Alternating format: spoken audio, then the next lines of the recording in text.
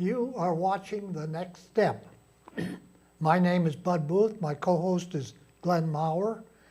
And the subject today is coups and insurgencies, which the United States has participated in, and practically all cases illegal. I'm going to give a list. There are more, but I'm going to give a list of some that I've thought about. The first one that comes to mind back in 1959 was Cuba, then Iran, then Guatemala, Nicaragua, Congo, Libya, and Grenada. Now there are others, but I didn't list them.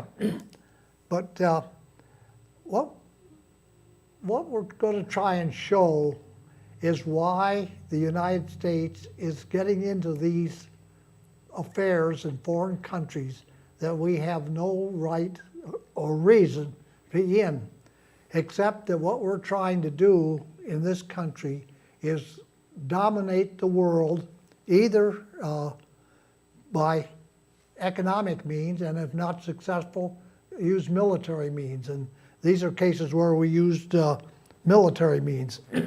The first on the list is Cuba. Cuba, a little island just off the south coast of Florida, and it's a third world country that has done no harm to the United States, except that the gambling joints and houses of ill repute and big sugar plantations were all taken over by Americans. And the Cubans finally, under Fidel Castro, said, enough. We are going to kick the leader of Cuba out, which they did.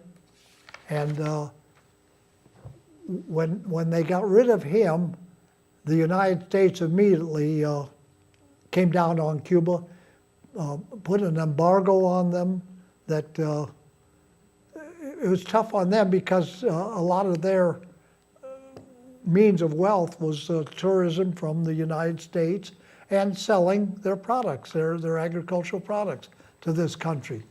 So that really hurt Cuba, and they went into a pretty sad state of affairs until the Soviet Union came along and helped them out by buying their sugar at over market price and giving them the wherewithal to have an existence. So as a start, Glenn, do you have anything to add on Cuba and what?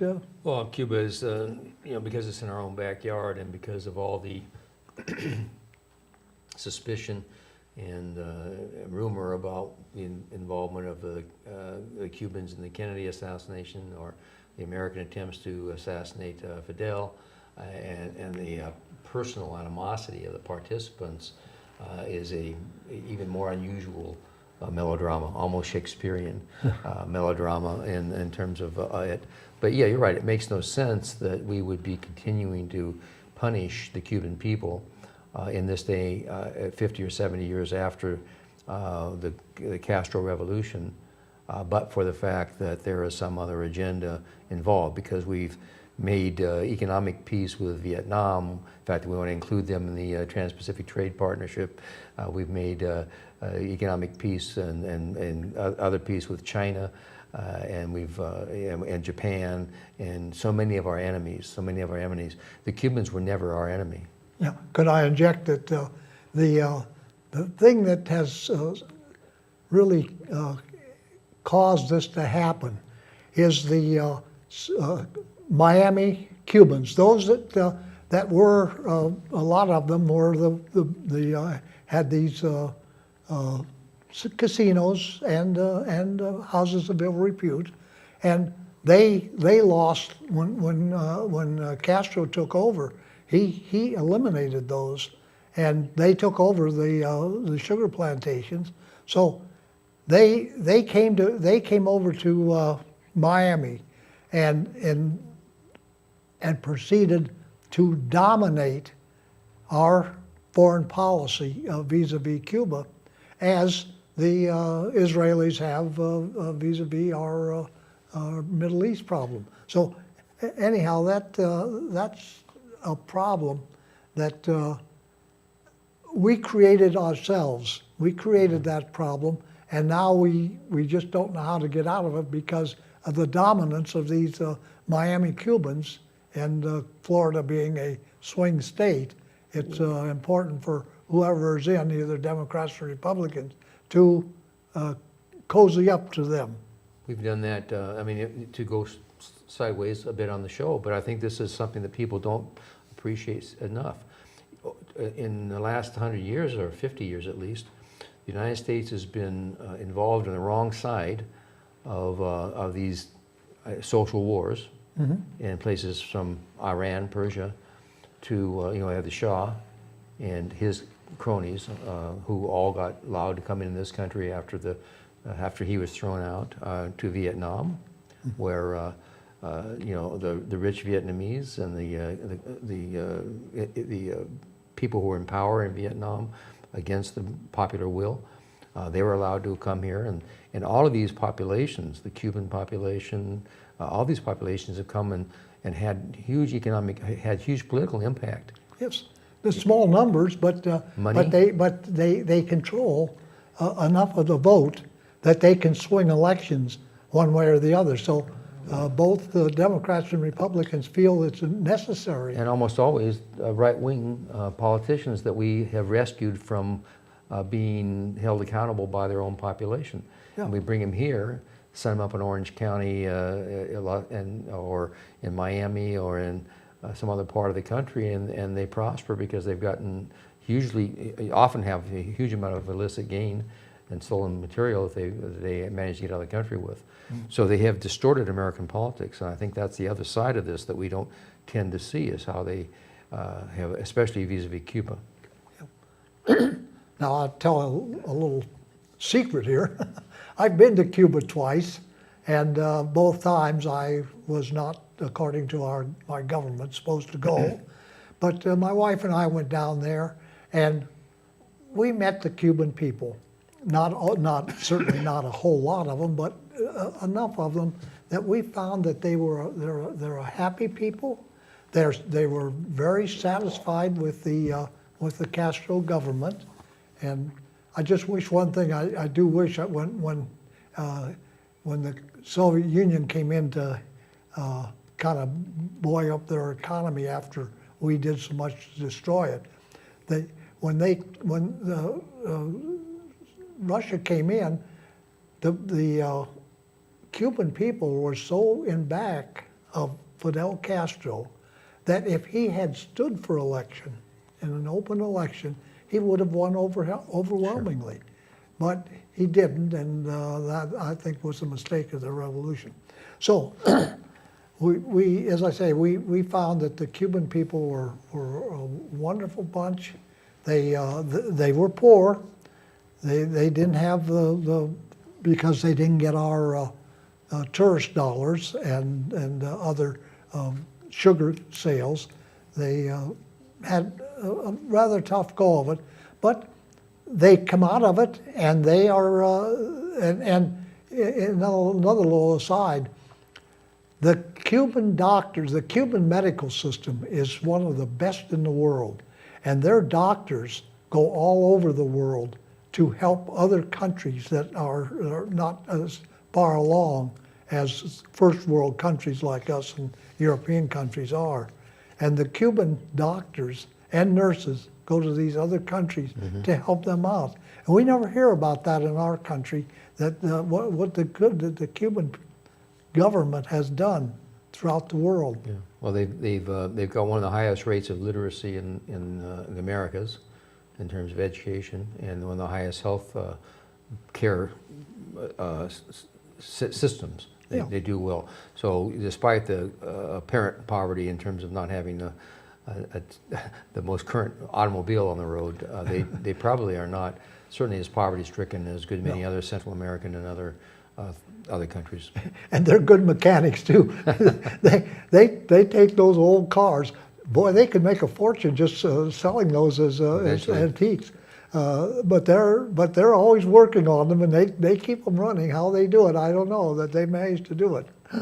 Okay, well, so we have an agreement that that what we have done to Cuba is wrong, and we shouldn't do it.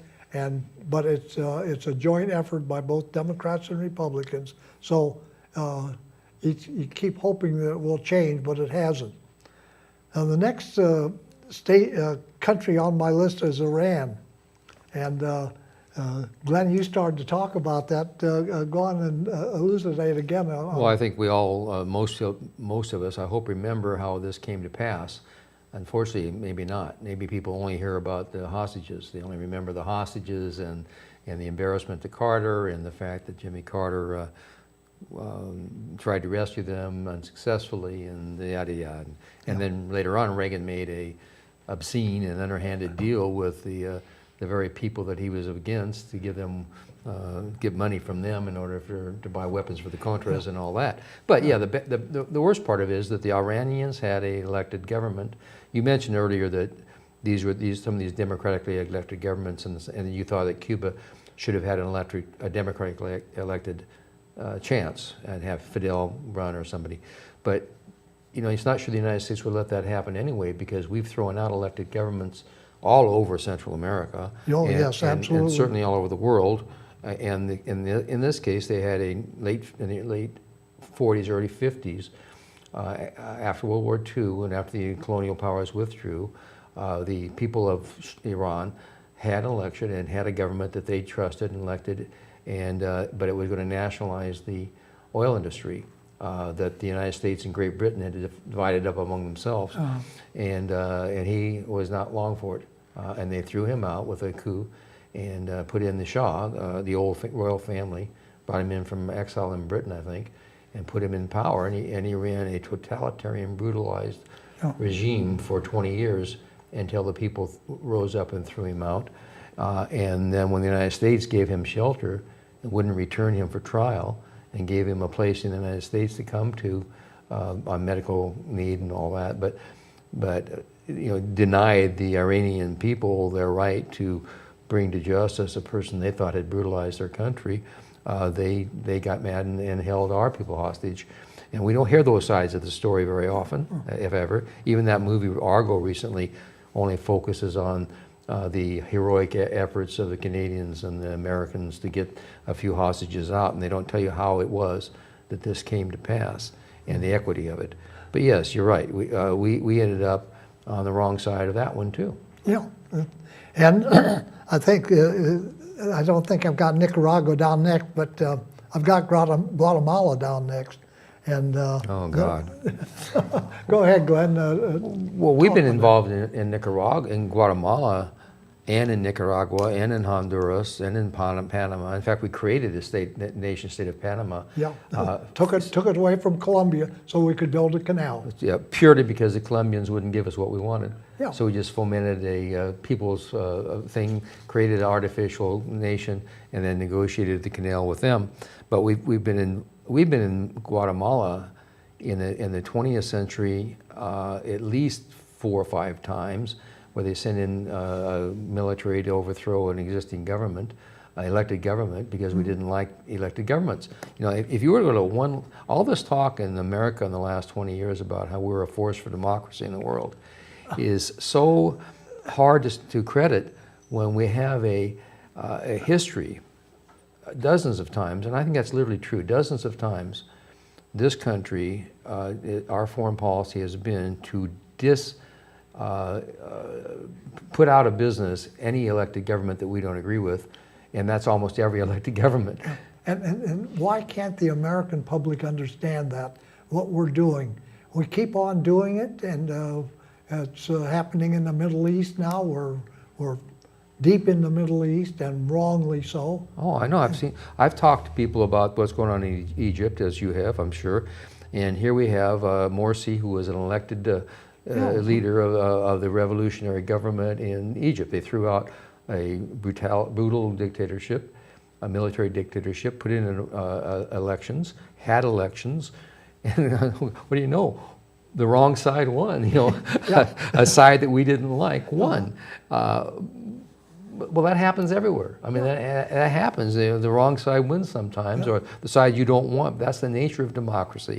But that's still no, because it's a side that we don't want is no reason for us meddling in the affairs of another country. Well, we ended up not only meddling. Well, I'm not sure we meddled in the sense that we got Morsi thrown out, but we did meddle in the sense that we refused to sanction the militarists who did throw him out. Yeah. Because Morsi's government is probably the best we can hope for in the Arab world right now. It's equivalent to what's going on in Turkey. In Turkey you have a conservative Muslim government that is still Western oriented and still business oriented and still has some concepts of democracy and some basic liberal in the sense of small L liberal Western ideas of freedom and speech. What's going to happen now in Egypt is going to go right back to where it was before the Egyptian people's revolution.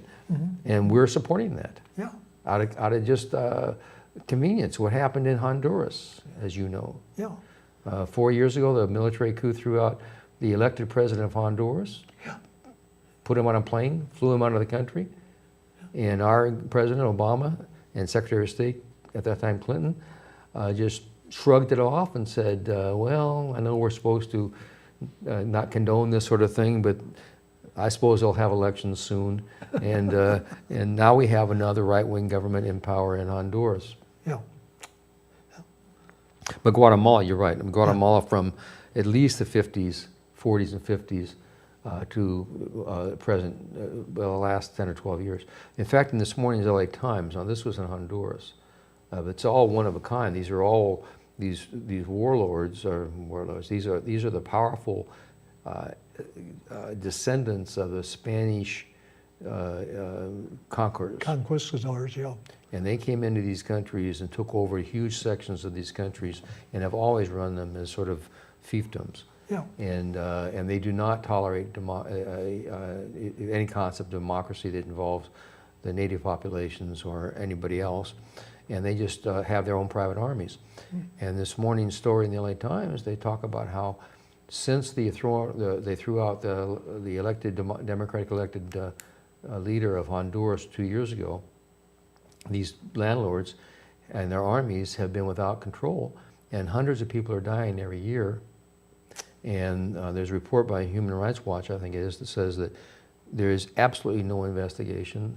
When these murders occur, these killings occur, the powers that be, the ostensible powers, don't even send an investigator in to look at the body or to investigate the crime. And they're just basically fiefdoms who stand alone in these countries and with our support, because we support the Honduran government that looks the other way.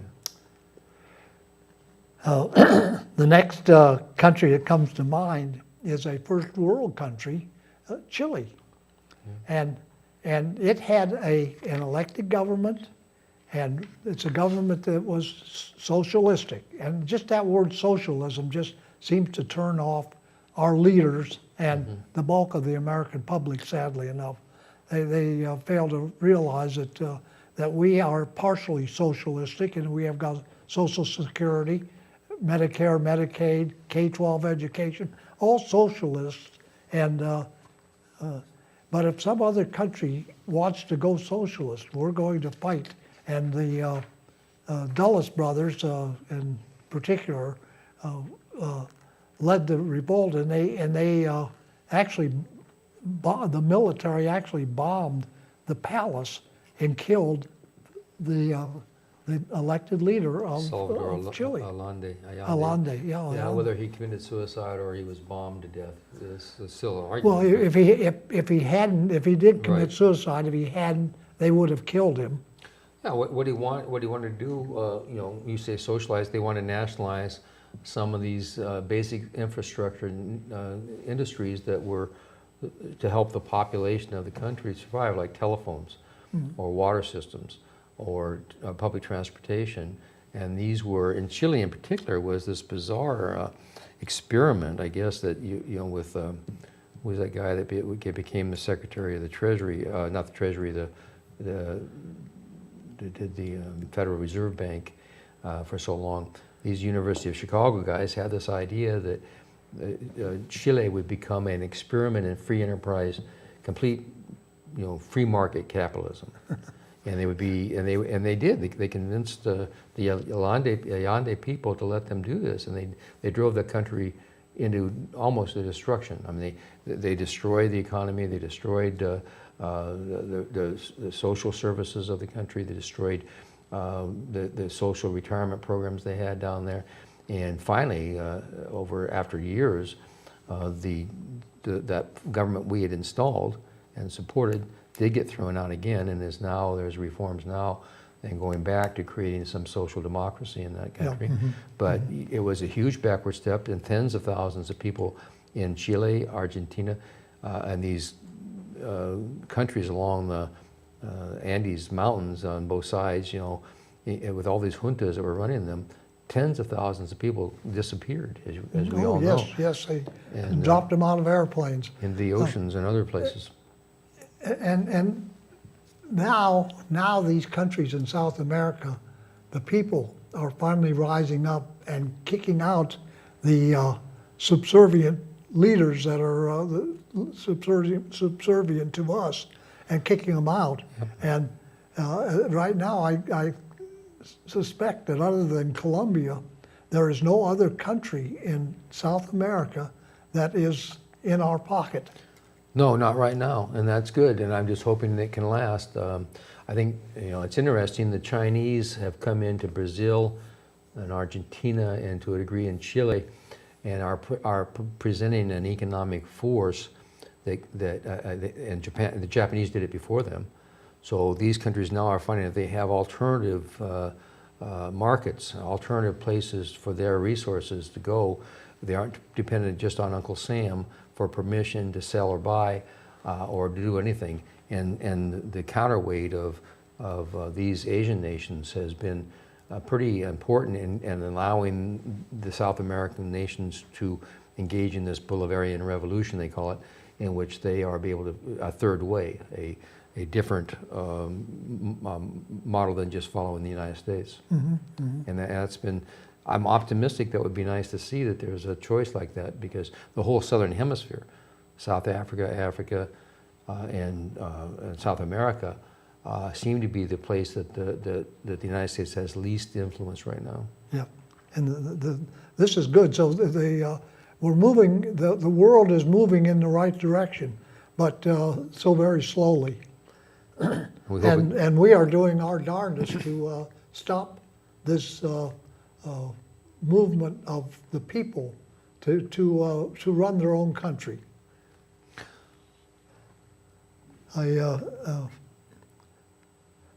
I should mention Libya.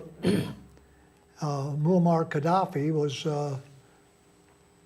not one of the leaders that we liked, but we exploited, we in Great Britain and France and Italy exploited the oil that they had, but we decided that we did not like Gaddafi enough that we actually, without the president, without the approval of Congress, went in and bombed. Well, Gaddafi is a difficult one, isn't he? It's like, Gaddafi was one of the bad men in the world for 25 years. I mean, the Lockerbie bombing, the whole awful things that he's suspected to do. He was a dictator, a strong man, a violent person, not elected, hostile to elections and democracies. So his loss isn't any. There was a revolution against him by the people of Libya, and the interesting thing was that on this occasion, maybe the only occasion I can think of, we were actually, by intervening with the Western Europeans, you're right, it was for oil, but we intervened on the right side, I might say. But still, even though we did intervene on the right side, you're correct, it was something that we shouldn't have any right to do. No, we shouldn't have any right to do it. And this is another issue altogether, which we've mentioned before on the show, and it always bothers me. The United States has military bases. I think I've seen this on 180, 190 bases, nations around the world, more than that bases. 180 or 190 nations around the world, we have military presences on the ground, on top of which we have fleets in all the oceans of the world, huge fleets, and we spend, as you know, more on defense or war than all the rest of the nations in the world combined. That's a point that I wish the American citizen would realize, that we expend for the military-industrial complex more than all the other nations of the world combined. And the reason being that we are all over the world. Right. Other countries don't have their troops and fleets all over the world. They do right around their own countries. So the Soviet Union does, or Russia, I should say now, does around their own country. China does around their country, but they're not over here in our hemisphere, certainly. Iran just announced that they were sending one of their warships out of the Red Sea, around through the Mediterranean and over to the Atlantic, to the Western Atlantic, so that they would be near the United States. It was hilarious to see it, but I was like, there was huge, oh my goodness, the Iranian warship is going to be in our backyard. But we have warships in everybody's backyard. Oh, yeah, they tweaked our nose, and we don't like that. That's right. The American public apparently has the belief that we have a right to rule the world. Well, that's what it goes back to. They have this nonsensical argument that the United States Navy, which they now call a world force for peace, is the one that's supposed to impose peace in our terms around the world, and usually that means overthrowing other governments or intimidating those governments from doing something that we don't approve of. So that's what it's about. That's where that money is being spent. Before we get off the air, I want to say something, if I can. Yeah, go ahead, Glenn. Bud has told me that today is maybe his last show here, and he's going to be moving back to North Carolina. Yeah. And Bud, how many years have you been doing this? Oh, I don't know. Well, I was a guest for David Waz on a number of his programs back when he called it Environmentally Yours. I think Glenn was also. And it's been an enjoyment for me to be here and to be associated with people like Glenn, who are so knowledgeable on the issues that we've been discussing. Well, we're going to miss having Bud. We're going to continue the show. Oh, yes. And we're going to miss your presence, though, Bud. And I just want to thank you for years of entertainment and insight. Well, and I'm sure that Liz Burke and Ali Adichak and Juanita Chatham and all the other crew are going to miss you just as I am.